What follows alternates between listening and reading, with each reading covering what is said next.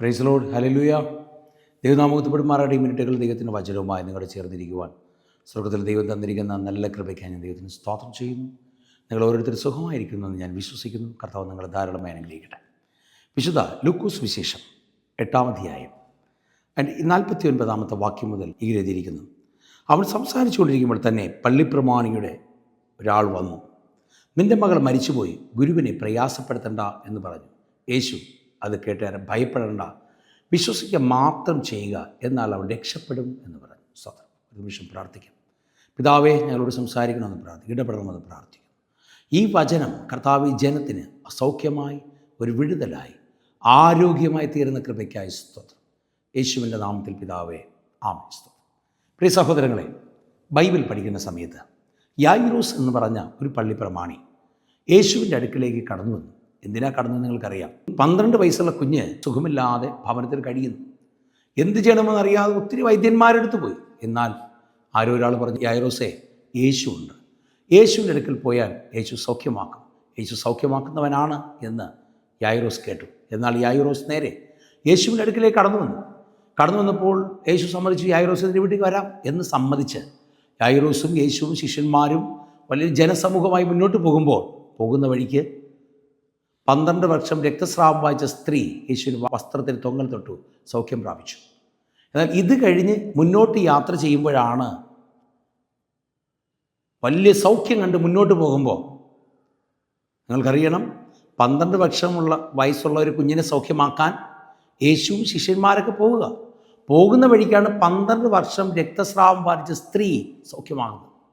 വലിയ സൗഖ്യം നടന്ന് അതിൻ്റെ സന്തോഷത്തിൽ മുന്നോട്ട് കൊണ്ടുപോകുമ്പോൾ അവർ കേൾക്കുന്ന മറ്റൊരു ദൂതാണ് യായിറോസിൻ്റെ വീട്ടിൽ നിന്ന് സന്തോഷത്തിൻ്റെ ദൂതല്ല, മരിച്ചുപോയി എന്ന ദൂതായിരുന്നു.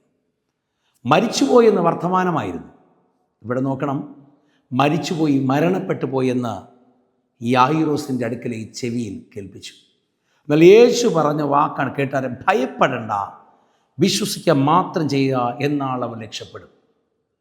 യായിറോസേ, നീ പേടിക്കരുത്, നീ ഭയപ്പെടരുത്.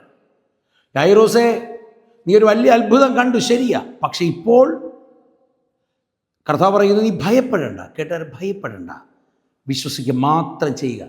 വിശ്വസിക്കുക. നിനക്ക് വിശ്വസിക്കാൻ കഴിയുമെങ്കിൽ യായിറോസെ വിശ്വസിക്കുക, ദൈവത്തെ വിശ്വസിക്കുക.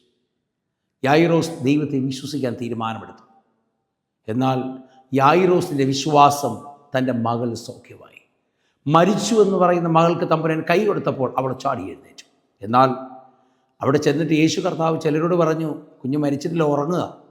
പക്ഷെ ബൈബിളിൽ കണ്ടിരുന്നത് പലരും അവനെ കളിയാക്കി, പലരും പരിഹസിച്ചു.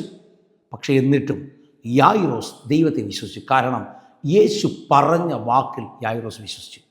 പ്രിയ ദൈവമക്കളെ, യായിറോസ് എന്ന് പറയുന്ന പള്ളിപ്രമാണിയാണ്, വലിയ ധനവാനാണ്, സമ്പന്നനാണ്.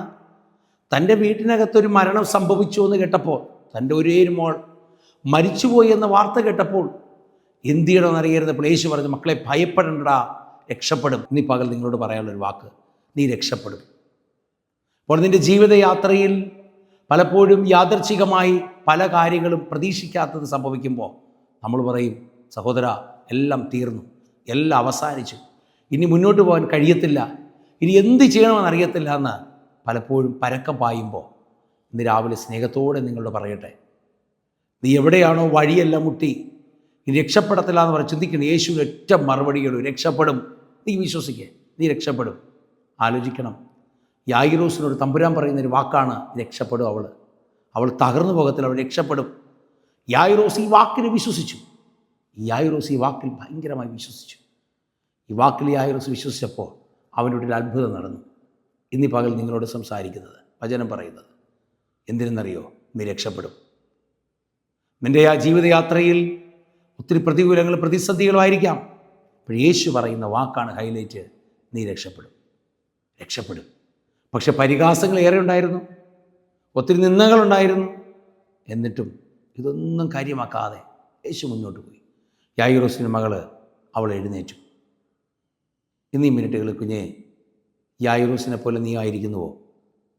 വലിയ പ്രതീക്ഷയോടെ ആയിരിക്കും നീ ഇറങ്ങിയത്. യേശുവിൻ്റെ അടുക്കൽ വരുന്നതേ വലിയ പ്രതീക്ഷയാണ്. പക്ഷേ എന്നാൽ യേശുവിനെയും കൂട്ടി നീ മുന്നോട്ട് പോകുമ്പോൾ നിനക്ക് സംഭവിച്ചത് അനർത്ഥങ്ങളായിരിക്കാം. അപ്പോഴും യേശുവിന് പറയാനുള്ള മറുപടി നീ രക്ഷപ്പെടുമെന്നാണ്. പലപ്പോഴും പലരും പറയുന്ന വാക്കാ, ഞാൻ യേശുവിനെ കണ്ടെത്തി, പക്ഷേ എനിക്കിപ്പോൾ കഷ്ടമാണ്, എനിക്കിപ്പോൾ ഭാരമാണ്, ഞാൻ യേശുവിനെ അറിഞ്ഞ് ഒത്തിരി വേദനയിലാണ് ഞാൻ പൊയ്ക്കൊണ്ടിരിക്കുന്നത്. എന്നാൽ യായിറോസ് അത്ഭുതം കണ്ടവനാ, തൻ്റെ കുഞ്ഞിനെ സൗഖ്യത്തിന് വേണ്ടി വിളിച്ചു. യേശു യാത്ര ചെയ്തവനാ, യേശു യാത്ര ചെയ്ത് മുന്നോട്ട് പോയി. പക്ഷേ എന്നാൽ തനിക്ക് കിട്ടിയതോ വഴിയിൽ നിന്നയും പരിഹാസവുമായിരുന്നു. പക്ഷേ യേശു പറഞ്ഞു രക്ഷപ്പെടും. അവൾ ആ വാക്കിൽ വിശ്വസിച്ചു. യായിറോസ് എന്ന് പറഞ്ഞ പള്ളിപ്രമാണി ആ വാക്കിൽ വിശ്വസിച്ചു. രക്ഷപ്പെടുമെന്ന് പറഞ്ഞ വാക്ക് അതുപോലെ സംഭവിച്ചെങ്കിൽ നിൻ്റെ ജീവിതയാത്രയിൽ പരാജയപ്പെട്ടവനായിട്ടല്ല, നീ രക്ഷപ്പെടുമെന്ന് പറ. കേൾപ്പിക്കാമോ? പ്രാർത്ഥിക്കും. പിതാവേ, ഈ വചനം ശ്രദ്ധിച്ച എല്ലാവർക്കായി പ്രാർത്ഥിക്കുന്നു. ഇവരുടെ മേൽ ദൈവത്തിന് വലിയ കരം വെളിപ്പെടണം. ആത്മാവ് സൗഖ്യമാക്കുന്ന കൃപയ്ക്കായി നന്ദി. എല്ലാ ദുഷ്ടൻ്റെ ആധിപത്യങ്ങൾ, ദുഷ്ടൻ്റെ തീയമ്പുകളെ മാറ്റണം. യായിറോസിൻ്റെ വീട്ടിൽ സൗഖ്യമിറക്കിയ ദൈവം ഇന്ന് ഈ ജനത്തിൻ്റെ മേൽ ഇതിന് വലിയ സൗഖ്യമിറക്കുന്ന കൃപയ്ക്കാൻ നന്ദി. രക്ഷപ്പെടും, രക്ഷപ്പെടും. വിശ്വസിക്കുക, നീ രക്ഷപ്പെടും. കർത്താവ് യേശു വിശ്വസിക്കുക, നീ രക്ഷപ്പെടും, രക്ഷപ്പെടും. കർത്താവെ ഇവരെ ഏൽപ്പിച്ച് പ്രാർത്ഥിക്കുന്നു യേശുവിൻ്റെ നാമത്തിൽ പിതാവേ, ആമേൻ. പ്രിയ സഹോദരങ്ങളെ, ഞാൻ പ്രാർത്ഥിക്കുമ്പോൾ ആത്മാവ് പറഞ്ഞൊരു വാക്കാണ്, എല്ലാം തകർന്നെന്ന് കരുതരുത്, നീ രക്ഷപ്പെടും. എല്ലാം ഉടഞ്ഞെന്ന് കരുതരുത്, നീ രക്ഷപ്പെടും. കാരണം ജീവൻ്റെ ഉടയവൻ നിൻ്റെ കൂടെ ഉണ്ട്. എങ്കിൽ നീ പേടിക്കണ്ട. കർത്താവ് നിങ്ങൾ അനുഗ്രഹിക്കട്ടെ. God bless you. Thank you. Amen.